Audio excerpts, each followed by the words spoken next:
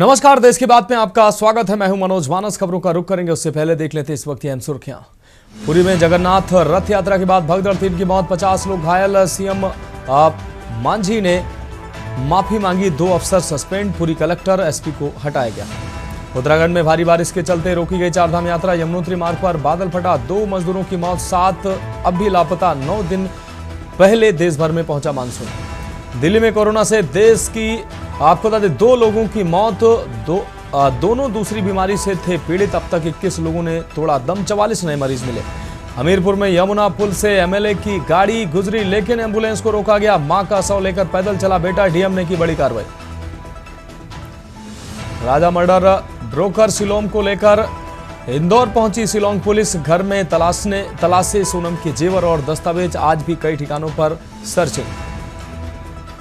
भरतपुर में टनों मिट्टी में दबे 10 लोग, 4 की मौत। पाइपलाइन खुदाई की साइट में हादसा, सभी ग्रामीण यूपी के रहने वाले। आप देख रहे हैं के न्यूज, खबरों का सारथी। और अब खबर विस्तार से। हरियाणा के सीएम नायब सिंह सैनी आज रोहतक में पूर्व सीएम भूपेंद्र सिंह हुड्डा की बड़ी भाभी की मृत्यु के उपरांत परिवारीजनों को सांत्वना देने पहुंचे। इस दौरान मुख्यमंत्री ने शोकाकुल परिवार से अपनी संवेदनाएं प्रकट की। मृतक की आत्मा की शांति के लिए मुख्यमंत्री ने ईश्वर से प्रार्थना की।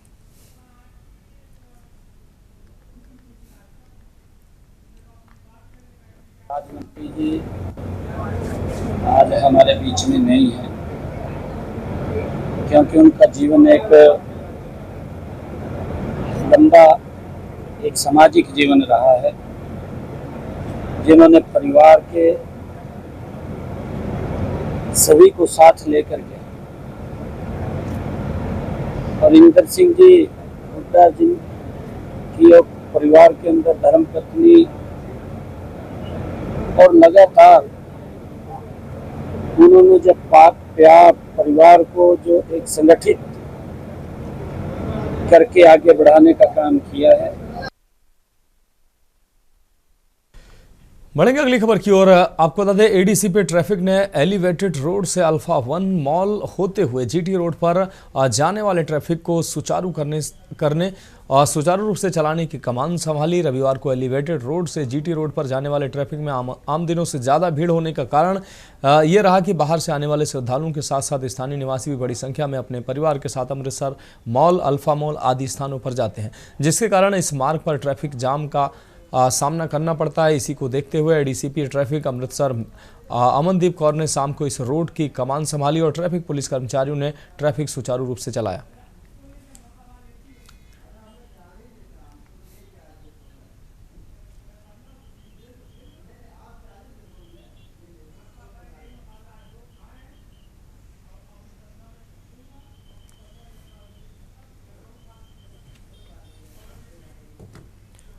बढ़ेंगे अगली खबर की और। खबर झारखंड के दुमका से है, जहां आपको बता दें जरमुंडी प्रखंड के नोनी गांव की रहने वाली 13 वर्षीय बालिका जो छोटी कुमारी पुत्री किसान वैद की रविवार सुबह हादसे में मौत हो गई। घटना के समय छोटी अपने दोस्तों के साथ सुखजोरा स्थित प्रसिद्ध नाग मंदिर में पूजा अर्चना करने गई थी। प्रत्यक्षदर्शियों के मुताबिक छोटी कुमारी स्नान करते हुए गहरे पानी में जाकर डूबने लगी।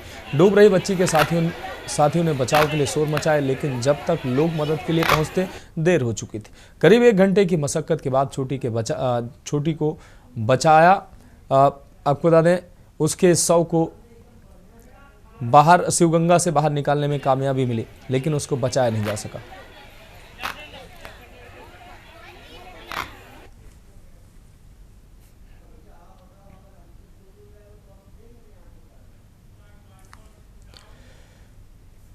अगली खबर बिहार के सिवान से है, जहां पत्रकारों से बातचीत करते हुए जन स्वराज के सूत्रधार प्रशांत किशोर ने तेजस्वी यादव पर जबरदस्त पलटवार किया। उन्होंने तेजस्वी यादव की 20 साल नहीं सिर्फ 20 महीने देने के बयान को लेकर कटाक्ष करते हुए कहा कि बिहार की जनता 15 साल उनके माता पिता को और 3 साल उन्हें देख चुकी है, लेकिन सभी ने बिहार को बर्बाद करने में कसर नहीं छोड़ी है। पीके ने कहा कि बिहार का मुसलमान अब राजद को वोट नहीं देगा, क्योंकि अब विकल्प के तौर पर जनहित की पैरोकारी के बदौलत समाज में जनाधार वाली पार्टी की मान्यता प्राप्त कर रही जनस्वराज पार्टी का विकल्प मौजूद हो चुका है।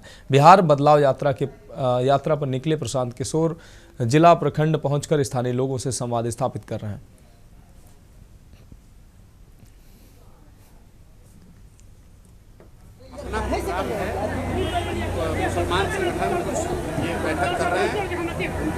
शुभकामना। वक्त पे जो हम लोग का स्टांस है हम लोगों ने पहले ही क्लियर कर दिया है, इसमें नई बात कुछ करने की नहीं है। लेकिन जनसुराज में हम लोग किसी जाति धर्म के नाम पर कोई बैठक, कोई मीटिंग, कोई सभा नहीं करते हैं। वो जो लोग कर रहे हैं उनके साथ हमारी शुभकामना है, वो संघर्ष करना चाहते हैं संघर्ष करें। खबर पटना से है, जहां आज वक्फ बचाओ संविधान बचाओ रैली में प्रदर्शनकारियों की भारी भीड़ उमड़ी है। बिहार सहित शहर के विभिन्न क्षेत्रों से रैली में शामिल होने पहुंचे लोगों में प्रदर्शन को सफल साबित कर दिखाने के लिए गजब का उत्साह दिखाई दिया। इस दौरान रैली को संबोधित करते हुए वक्ताओं ने वक्फ संशोधन को संविधान से छेड़छाड़ करार दिया। समाजसेवी चिंटू ने कहा कि इसे कतई बर्दाश्त नहीं किया जा सकता। अन्य वक्ताओं ने भी अपनी मांग रखी।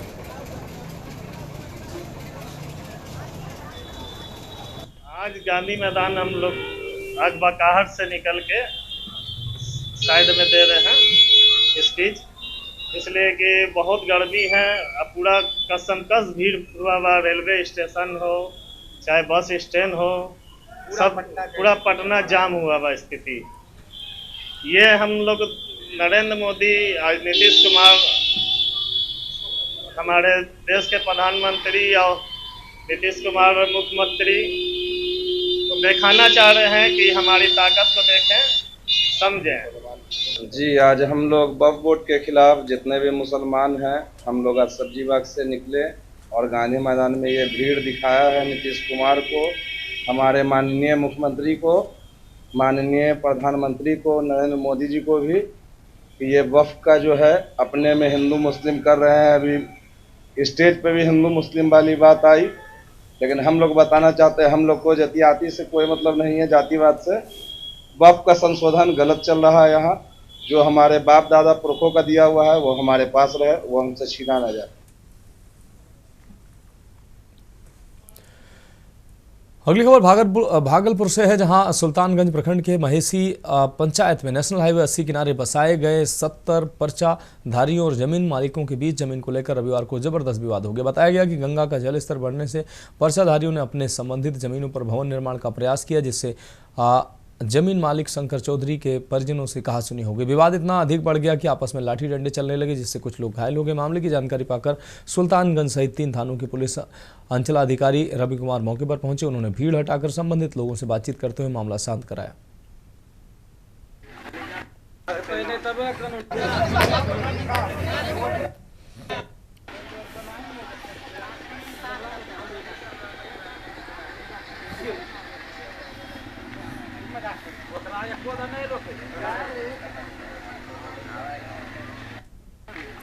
मामला सर जमीन संबंधी है। हम लोग कटाव पीड़ित परिवार हैं। हम लोगों को 1997 में पर्चा मिला है और ज़मीन मालिक का नाम है अरविंद चौधरी। अरविंद चौधरी से जो है ना ज़मीन सरकार ने ले लिया है और हम लोगों को कटाव पीड़ित परिवारों को दिया है। 1997 में पर्चा मिला है अनुमंडल पदाधिकारी के अनुसार। उसका मलगुजारी हम लोग अभी तक का जो है रसीद है और लगान जो है ऑनलाइन रसीद हम लोग कटा रहे हैं। 71 ईस्वी से अभी तक का लगान हम लोग दे रहे हैं, तो ज़मीन हम लोगों का हुआ ना। पे कुछ पर्चाधारी हैं जिनको 1997 में पर्चा मिला था, वो लोग अभी बिना किसी सूचना के खुद से अपने आप यहाँ पे बसने के लिए आ गए थे बांस बल्ला लेकर, तो इस कारण से यहाँ पे विवाद हुआ है। हाँ, पहले मिला है, लेकिन उनको विधिवत ही आना चाहिए था। तो पहले भी प्रयास किया गया था लेकिन अभी हुआ नहीं है, तो इन लोगों को बिना सूचना के ये लोग बसने के लिए आ गए थे, इसलिए यहाँ आसपास गांव से विवाद हुआ है इनका। कौन सा मुद्दा है, कौन सा एरिया है? ये महेसी है। कितना जमीन पर ये विवाद? इन लोगों को 27 लोगों को दिया गया था, करीब 1 एकड़ के लगभग ज़मीन है यहाँ पे।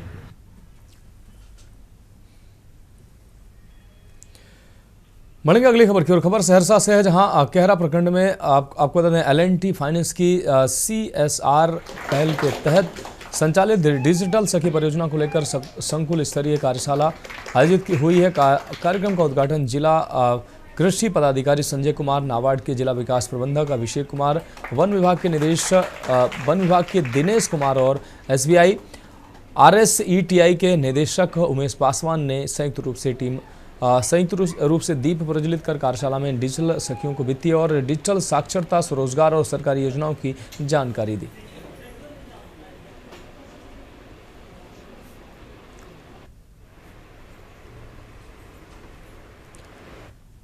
अगली खबर किशनगंज से है, जहां नर्सिंग होम संचालक और मरीज के परिजनों के बीच जमकर मारपीट हो गई। आपको बता दें, सदर थाना क्षेत्र के सुभाषा पल्ली स्थित फैमिली नर्सिंग में मरीज की मौत के बाद नाराज परिजनों ने चिकित्सकों पर लापरवाही का आरोप लगाया। इससे आक्रोशित होकर नर्सिंग होम में कार्यरत कर्मियों ने मृतका के परिजनों पर हमला कर जमकर पीटना शुरू कर दिया, जिससे अफरा तफरी का माहौल बन गया। पुलिस सूत्रों ने बताया कि बीमार 60 वर्षीय नबीउल निसा पत्नी मुमताज आलम निवासी सैदपुर गमरिया गोचा धामन को अस्पताल में भर्ती कराया गया था, जहां उसकी मौत हो गई थी।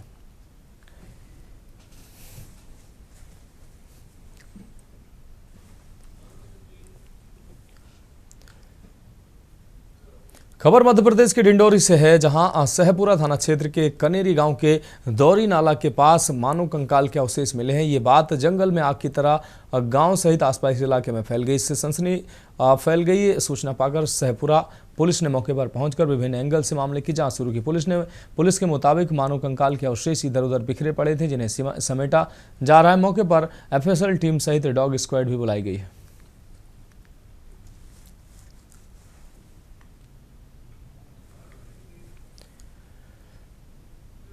खबर भिंड से है, जहां आपको बता दें, गोरमी थाना पुलिस ने अवैध शराब तस्करी के खिलाफ बड़ी कार्रवाई करते हुए एक बिना नंबर की कार से 8 पेटी यानी करीब कुल 72 लीटर देसी शराब बरामद की। कार में रखी 3 पेटी प्लेन और 5 पेटी मसाला शराब बरामद हुई। हालांकि अंधेरे का फायदा उठाते हुए शराब तस्कर मौके से फरार होने में कामयाब रहे। पुलिस ने कार, शराब और एक मोबाइल फोन सहित करीब 10.5 लाख रुपए कीमत के सामान को जब्त किया।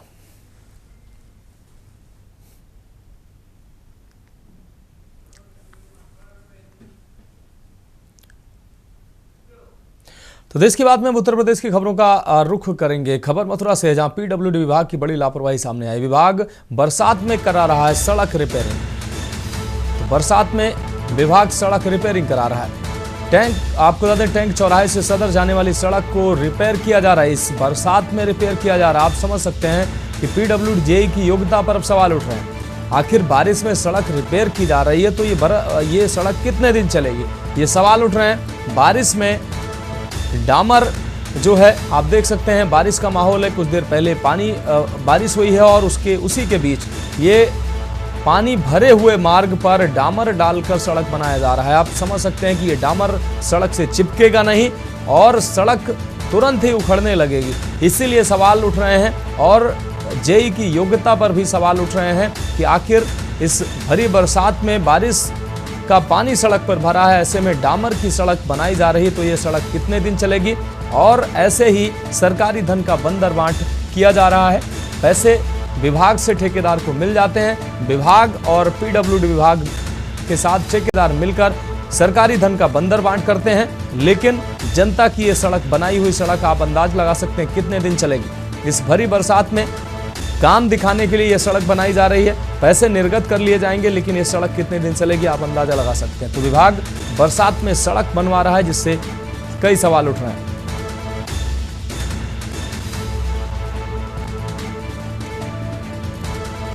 तो पीडब्ल्यूडी के जेई की योग्यता पर भी सवाल उठ रहे हैं। आप देख सकते हैं, बारिश में पानी भरी हुई सड़क पर डामर की सड़क बनाई जा रही है, जबकि बरसात में पानी से भरी सड़क में डामर चिपकेगा ही नहीं और सड़क फिर से उखड़ने लगेगी।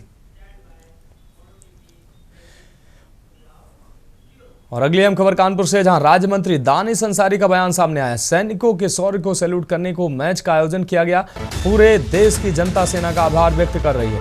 ऑपरेशन सिंदूर के लिए सेना का आभार व्यक्त कर रही है देश की जनता। इस दौरान दानिश आजाद अंसारी ने समाजवादी पार्टी पर भी निशाना साधा। उन्होंने कहा कि सपा का मूल चरित्र समाज को जाति और धर्म में बांटना है। सपा समाज को एकजुट आगे बढ़ते नहीं देखना चाहती है। तो कानपुर आए दानिश आजाद अंसारी ने समाजवादी पार्टी पर निशाना साधा। मैच को लेकर उन्होंने अपनी बात कही। ऑपरेशन सिंदूर के लिए सेना का आभार व्यक्त करने के लिए मैच आयोजित किया जा रहा है। इस दौरान समाजवादी पार्टी पर भी उन्होंने निशाना साधा। कहा कि सपा का मूल चरित्र समाज को जाति और धर्म में बांटना है। सपा समाज को एकजुट आगे बढ़ते नहीं देखना चाहती।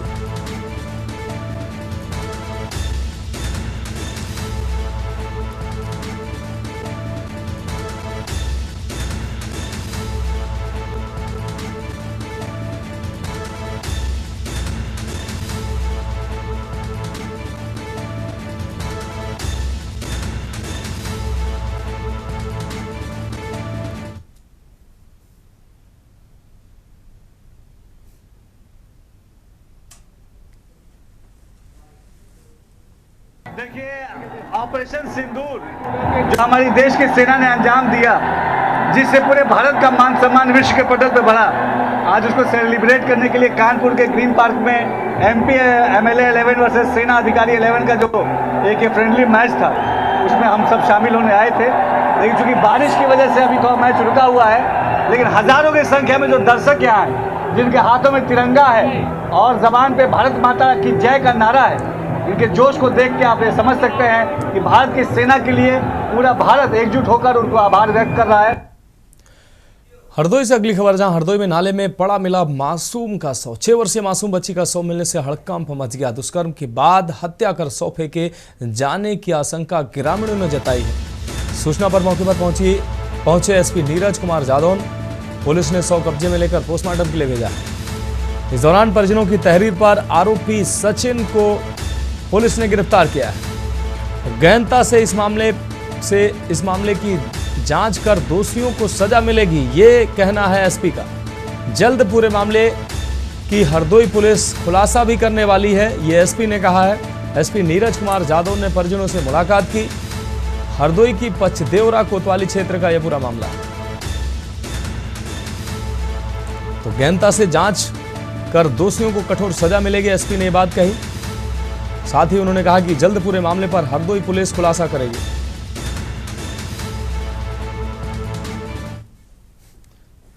थाना क्षेत्र की घटना है थाने पे।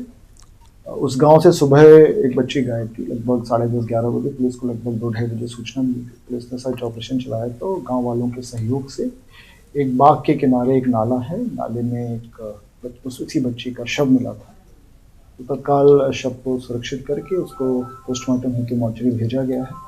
इसमें परिजनों ने गाँव के ही एक व्यक्ति को संदेह किया, उसको पुलिस ने हिरासत में ले लिया, पूछताछ की जा रही है। और अगली खबर आगरा से, जहां बीजेपी विधायक की गाड़ी में ट्रक ने टक्कर मारी है। सड़क हादसे में बाल बचे हैं MLA भगवान कुशवाहा। खेरागढ़ से विधायक हैं भगवान कुशवाहा, जिनकी कार को ट्रक ने टक्कर मारी है। विधायक बाल बचे हैं। विधानसभा क्षेत्र से आगरा लौट रहे थे विधायक, इस दौरान ये घटना घटित हुई है। ट्रक चालक फरार हुआ है। फिलहाल पुलिस ने ट्रक कब्जे में लिया है। थाना मलपुरा के आगरा ग्वालियर हाईवे का यह पूरा मामला है।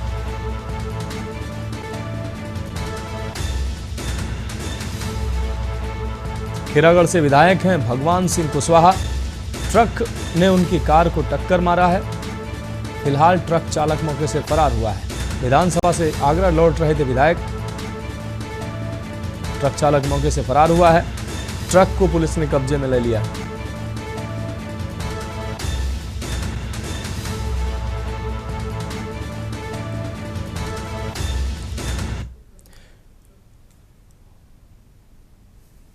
बढ़ेगा अगली खबर की ओर। उत्तर प्रदेश सरकार में कैबिनेट मंत्री सुरेश खन्ना ने पलटवार करते हुए व्यापारियों को लेकर अखिलेश यादव के लगाए गए आरोपों पर सफाई दी। उन्होंने कहा कि 2012 से लेकर 2017 तक अखिलेश यादव के शासनकाल में व्यापारी वर्ग ने गुंडागर्दी और माफियाओं को झेला है। एक जिला एक वसूली भाई की व्यवस्था उनके कार्यकाल में लागू थी। सपा मुखिया माननीय अखिलेश आज कर रहे हैं, वही वर्ग 2012 से 17 तक सबसे ज़्यादा असुरक्षित और भयभीत था। रंगदारी, गुंडागर्दी और कमीशनखोरी समाजवादी व्यवस्था की रीढ़ थी। अपने शासनकाल में सपा मुखिया ने प्रदेश को एक जिला एक वसूली भाई दिया था, जिसका काम व्यापारियों से धन उगाही कर सपा नेताओं के कोष को भरना था। उत्तर प्रदेश की डबल इंजन सरकार में आज प्रदेश का व्यापारी वर्ग MSME नीति, ODOP योजना, इंटरनेशनल ट्रेड शो और उद्योग मित्र जैसी पारदर्शी नीतियों का लाभ उठाकर राज्य के विकास में सहभागी बन रहा है। तो फिलहाल खबरों में वक्त एक ब्रेक का, जल्द हाजिर होंगे। आप देख रहे हैं के न्यूज़, खबरों का।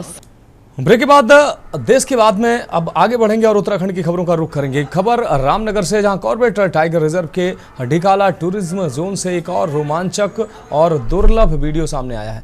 ये वीडियो ढिकाला जोन के बंद होने से ठीक पहले यानी 13 जून के आसपास का बताया जा रहा है। इसमें एक बाघिन को बंदर का शिकार करते हुए देखा जा सकता है। ये दृश्य स्थानीय वाइल्ड लाइफ फोटोग्राफर दीप रजवार ने अपने कैमरे में कैद की है। आपको बता दें कि ये पूरी घटना ढिकाला के सांभर रोड की है, जहां एक बंदर जमीन पर बैठकर लगातार अलार्म कॉल कर रहा था। तभी झाड़ियों में छिपी एक बाघिन ने अचानक हमला कर दिया और देखते ही देखते बंदर को अपने मुंह में दबोच लिया। बाघिन शिकार को लेकर जंगल की ओर चली गई। दीप रजवार बताते हैं कि आमतौर पर बंदर या लंगूर का शिकार गुलदार यानी तेंदुआ करता है, क्योंकि वह फुर्तीला होता है, पेड़ों पर चढ़ने में माहिर होता है। लेकिन यह पहली बार नहीं है जब बाघ ने ऐसा शिकार किया है। बाघ मौका परस्त शिकारी होता है और जब उसे सही मौका मिलता है, दिखता है, तो वो भी बंदर जैसे शिकार को नहीं छोड़ता है। दीप बताते हैं कि ये वीडियो खास इसलिए है क्योंकि अक्सर बाघ को हिरण, सांभर या जंगली सुअर जैसे बड़े जानवरों का शिकार करते देखा जाता है, लेकिन बंदर जैसे फुर्तीले जानवरों का शिकार करना और वह भी इतने नज़दीक से कैमरे में कैद होना एक दुर्लभ अनुभव है। कॉर्बेट टाइगर रिजर्व में वाइल्ड लाइफ गतिविधियां हमेशा से रोमांच और रहस्य से भरी रही हैं। ऐसे दृश्य न केवल प्रकृति के संतुलन को दर्शाती हैं बल्कि पर्यावरण संरक्षण की दिशा में जागरूकता भी बढ़ाती हैं। दीप रजवार द्वारा शूट किया गया ये वीडियो सोशल मीडिया पर तेजी से वायरल हो रहा है।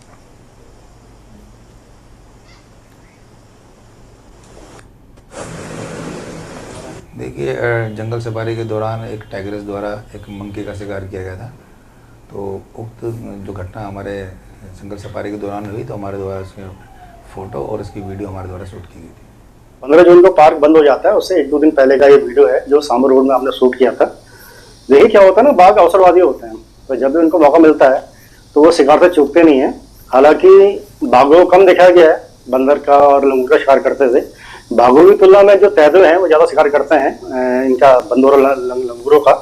बट जैसे मैंने बोला कि बाघ अवसरवादी होते हैं तो ये मौका नहीं चूकते हैं। तो ये बंदर था, ये बाकी सब बंदर पेड़ पे से अलार्म कॉल कर रहे थे, ये बंदर नीचे जमीन में बैठकर अलार्म कॉल कर रहा था, तो ये शायद इसका मौत की वजह बनी। बढ़ेंगे अगली खबर की ओर। राष्ट्रीय शिक्षक संघ शाखा दुगड्डा की एक आवश्यक बैठक का आयोजन किया गया, जिसमें त्रिस्तरीय पंचायत चुनाव में प्रशिक्षण को लेकर चर्चा की गई। बैठक दीपक शाखा अध्यक्ष राजकीय उच्चतर माध्यमिक विद्यालय आमसौड़ विकासखंड दुगड्डा नेगी द्वारा जुलाई माह में होने वाले त्रिस्तरीय पंचायत चुनाव को लेकर प्रशिक्षण की जगह सुविधा अनुसार करवाने का आग्रह किया गया। इस मौके पर शाखा दुगड्डा द्वारा आयोजित बैठक में वक्ताओं का कहना था कि जनपद के सभी शिक्षक व कर्मचारियों को जनपद मुख्यालय पौड़ी के प्रेक्षागृह में प्रशिक्षित किया जाए।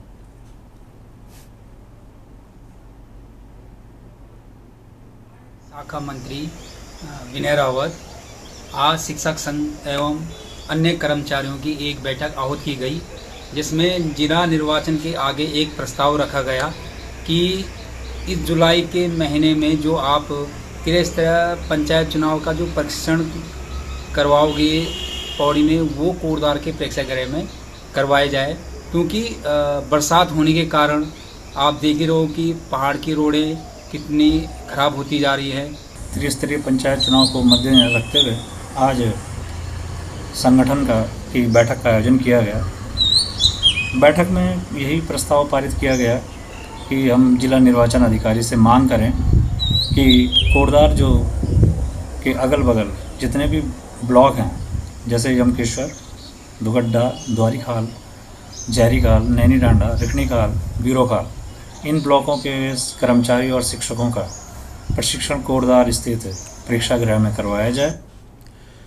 बढ़ेंगे अगली खबर की ओर। प्रदेश में मौसम लगातार बदल रहा है, जिसके चलते पहाड़ों पर तबाही की तस्वीरें सामने आ रही हैं, जिसको देखते हुए इन मार्गों से गुजरने वाले राहगीरों को सतर्क रहने की सलाह दी गई है। तो वही मौसम के बदलते मिजाज को देखते हुए शासन प्रशासन ने चारधाम यात्रा पर भी 24 घंटे के लिए रोक लगा दी, जिसको देखते हुए आज विकासनगर विधायक मुन्ना सिंह चौहान ने हरबटपुर में चारधाम यात्रियों के लिए बनाए गए यात्री पड़ाव पर पहुंचकर तीर्थ यात्रियों से मुलाकात की और उन्हें फिलहाल अपनी आगे की यात्रा स्थगित करने की सलाह दी। इस दौरान उन्होंने मीडिया से बात करते हुए कहा कि प्रदेश सरकार राज्य की जनता के साथ बाहरी प्रदेशों से आने वाले लोगों व चारधाम तीर्थ यात्रियों के लिए सुरक्षा के लिए प्रतिबद्ध है। साथ ही कहा कि मौसम लगातार करवट बदल रहा है, जिसको देखते हुए तीर्थ यात्रियों को 24 घंटे तक के लिए आगे की यात्रा स्थगित रखने की सलाह दी गई।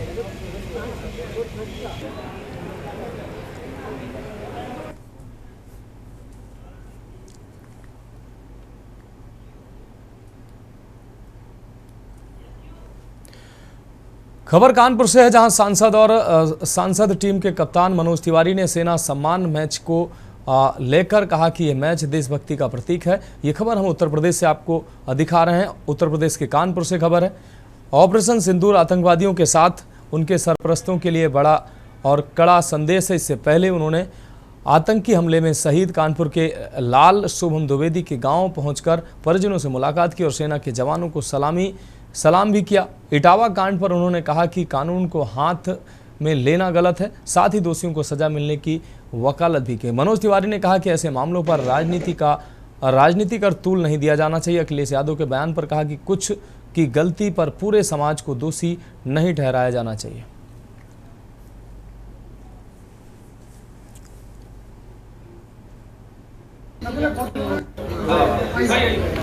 देखो, मैं इसको कंडेम करता हूँ। बहुत सारी बातें आ रही हैं, लेकिन सब कुछ के बावजूद भी किसी को स्वयं सजा देना, केस काटना, मैं इसको बिल्कुल गलत मानता हूँ। कानून अपने हाथ में लेने की आवश्यकता नहीं है। अगर कोई व्यक्ति नाम बदल के कोई कार्य कर रहे हैं तो इसकी सूचना पुलिस को देना चाहिए। तो मैं जो घटना हुई, जो केस काटने वाली, उसको मैं उसकी निंदा करता हूँ। रुद्रप्रयाग से है, जहां आफत की बारिश के बीच परीक्षा देने जा रहे युवाओं के शिक्षित बनने के जज्बे का वीडियो सोशल मीडिया पर जमकर वायरल हो रहा है। ये तस्वीरें आप देख सकते हैं। जखोली क्षेत्र में कुणगाड़ गदेरा उफान पर आ गया।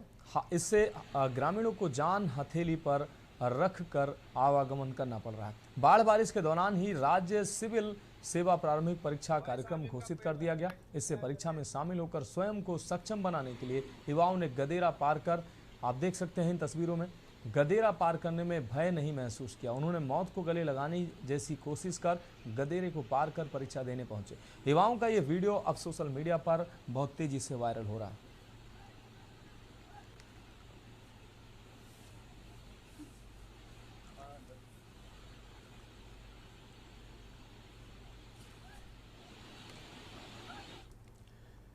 उत्तराखंड के उत्तरकाशी जिले में मूसलाधार बारिश और बादल फटने की घटनाओं ने जनजीवन को बुरी तरह से प्रभावित कर दिया। शनिवार आधी रात को यमुनोत्री क्षेत्र के सिलाई बैंड के पास बादल फटने से भारी तबाही मची।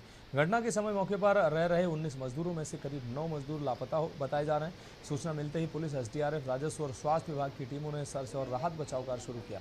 जिलाधिकारी प्रशांत कुमार आर्य स्थिति की स्मार्ट कंट्रोल रूम से निगरानी कर रहे हैं। कई स्थानों पर गंगोत्री यमुनोत्री राष्ट्रीय राजमार्ग पूरी तरह से बाधित हुआ है। कुथनौर गांव की कृषि भूमि और पाली गांव के सोमेश्वर मंदिर को भी नुकसान पहुंचा। स्थानीय सामाजिक कार्यकर्ताओं के अनुसार ओजरी, डबरकोट और सियाना चट्टी जैसे क्षेत्रों में सड़कें क्षतिग्रस्त हो चुकी हैं और जल स्तर लगातार बढ़ रहा है, जिससे हालात और भी गंभीर होते जा रहे हैं। प्रशासन ने लोगों से सावधानी बरतने और यात्रा टालने की अपील की है।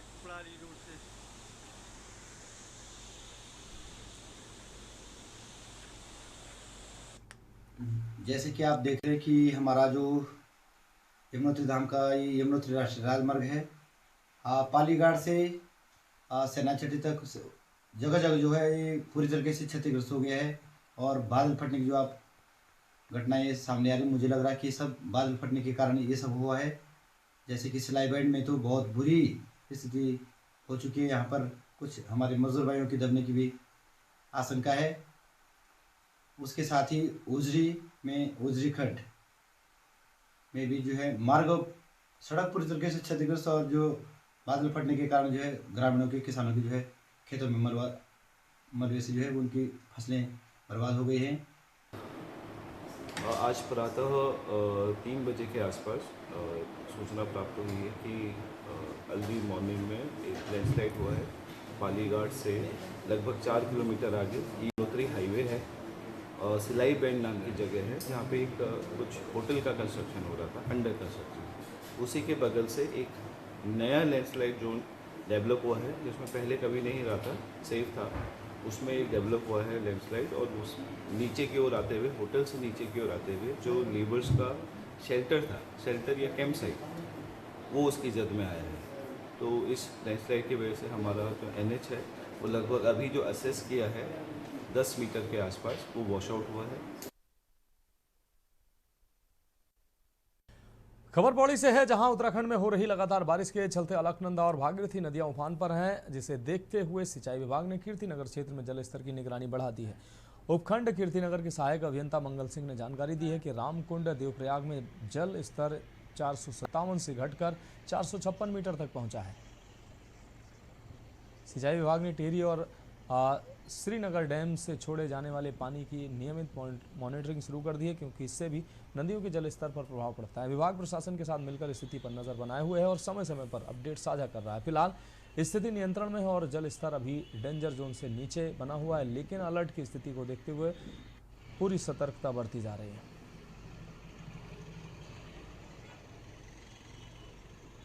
आज जो गंगा अलकनंदा नदी का जो जलस्तर है और भागीरथी नदी का जो जलस्तर है वो बढ़ा हुआ है।